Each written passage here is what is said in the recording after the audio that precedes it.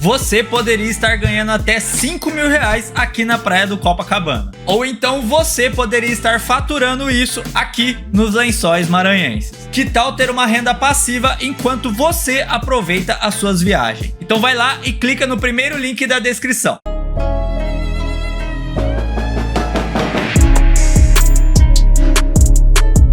Agora, você falou, essa última pergunta que eu vou te fazer foi uma frase que me marcou muito ontem. Muito. Que foi você falar: quer saber o quão longe você está de Deus? Veja o quanto você sofre. E eu queria que você falasse sobre isso. É uma questão polêmica, né? Porque as pessoas, elas têm a ideia de que, mas Jó sofreu muito. Jesus sofreu muito. A pergunta que eu faço é a seguinte: como você sabe o quanto Jó sofreu? Como você sabe o quanto Jesus sofreu? O que é o sofrimento para você? Então, essa questão, Carol, ela passa por muita quebra de crença que fundamenta a nossa cultura. Então, é uma resposta bem complicada, mas eu vou tentar esclarecer ela de uma maneira que dê para compreender. O que acontece? Existe todo um padrão de programação, de condicionamento. E todos nós nascemos dentro dessas regras, dentro desses padrões de compreensão, desses padrões de condicionamento. E nós nos identificamos com esses padrões. Então, se você analisar o modo como nós pensamos sobre Deus, ele não é nosso. Ele foi nos dado. E nós raramente questionamos todo esse condicionamento, porque nós também fomos condicionados a não questionar tudo isso. Então, o que acontece? Isso cria ciclos repetidos do mesmo condicionamento, da mesma programação. Mas você já se perguntou, e o quê? Se todo esse condicionamento, se toda essa programação tiver distorções na sua origem, se você não questiona o mundo em que você vive, se você não questiona as coisas que você lê, se você não questiona as coisas nas quais você acredita, se isso estiver distorcido, equivocado,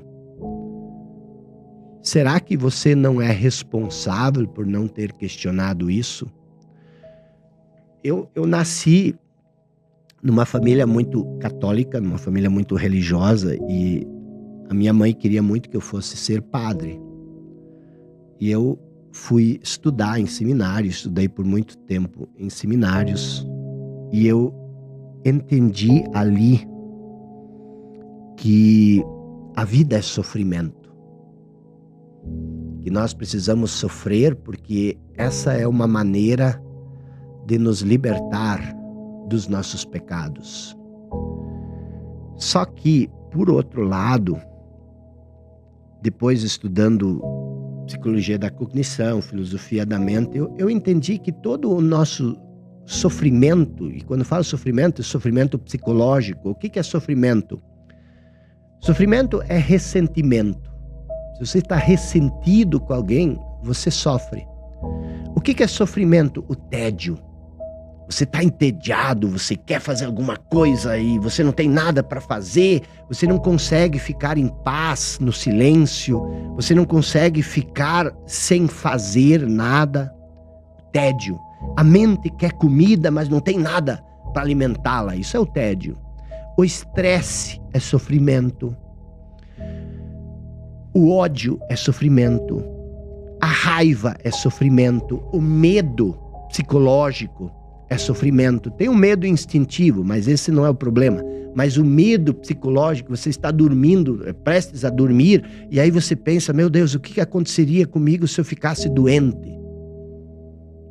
E você está saudável, mas você se imagina uma amiga, um amigo adoeceu, e você, meu Deus, e se isso acontecesse comigo? E você passa a noite com medo. Isso é sofrimento. O medo é sofrimento. A inveja é sofrimento, sofrimento terrível. Você se sente tão pequena, tão pequeno, tão inferior, que você não quer a sua vida, você quer a vida da outra pessoa. Isso é inveja. É sofrimento. O ciúme é sofrimento. A timidez é sofrimento. O que é a timidez? Você tem medo de se expor, porque você acha que ao se expor, a sua imagem talvez seja interpretada pelas outras pessoas de uma maneira diferente do que você gostaria. Aí você pensa melhor, eu vou ficar quietinho, encolhido. Tudo isso são sofrimentos. E estes sofrimentos todos, eles são disfuncionais, eles não são algo natural em nós. São coisas produzidas pelo pensamento, pela nossa mente. Estes sofrimentos todos, eles não fazem parte da nossa essência. Esses sofrimentos todos, eles são criados pela nossa ganância, pela nossa ambição, pela nossa necessidade de ser alguém, pelo nosso sentimento de insuficiência. Todos esses sofrimentos, eles são causados por quê? Porque falta Deus, né? Tá longe de Deus, né? Exatamente. Você é tão humano, você está tão perdido no aspecto humano, que você perde totalmente a percepção de que você não é humano. Você é uma manifestação divina vivendo uma experiência humana. Então, quanto mais distante você estiver do reino dos céus que está dentro de nós, quanto mais distante você estiver da vida, eu sou a vida, quanto mais distante você está daquilo que Jesus veio para nos trazer, eu vim para que vocês tenham vida e vida em abundância. E o que é a vida? A vida é o sopro divino. Deus nos dá vida através do sopro divino. Deus é vida. Quanto mais você se distancia da vida que você é, e quanto mais você se perde nas coisas que você gostaria de ter e você não tem, mais você sofre. Isso não faz sentido? Faz todo sentido. Quanto mais longe de Deus, mais as coisas te afetam. Você não pode dizer que ciúme é uma coisa divina, que é uma coisa de Deus. Você não pode dizer que a inveja é uma coisa de Deus. Você não pode dizer que o ódio, a raiva, o ressentimento, o medo. Se você tem fé, você não tem medo. Quando o Jesus apareceu ali no meio da tempestade, onde os apóstolos chamaram por ele, e aí eles acharam, porque Jesus estava caminhando sobre as águas, os apóstolos, isso não é possível, isso aí deve ser um fantasma, porque um homem não pode caminhar sobre as águas. E aí eles chamaram Jesus, Pedro disse, Jesus, é você que está caminhando sobre as águas? E aí Pedro disse, se é você, então faça com que eu também ande pelas águas. E aí Jesus disse, então venha ao meu encontro. E Pedro saiu, ele deu uns passos na água, e aí ele foi na fé. Mas quando ele disse, meu Deus, e ele viu as ondas e viu toda aquela agitação, ele disse, meu Deus, não pode, eu vou afundar. E aí ele começou a afundar. E aí Jesus estendeu a mão e disse, homem de pouca fé. Quer dizer, quando faltou a fé, Quando o medo apareceu, a fé se dissipou, aí ele começou o aspecto humano dele, ele afundou.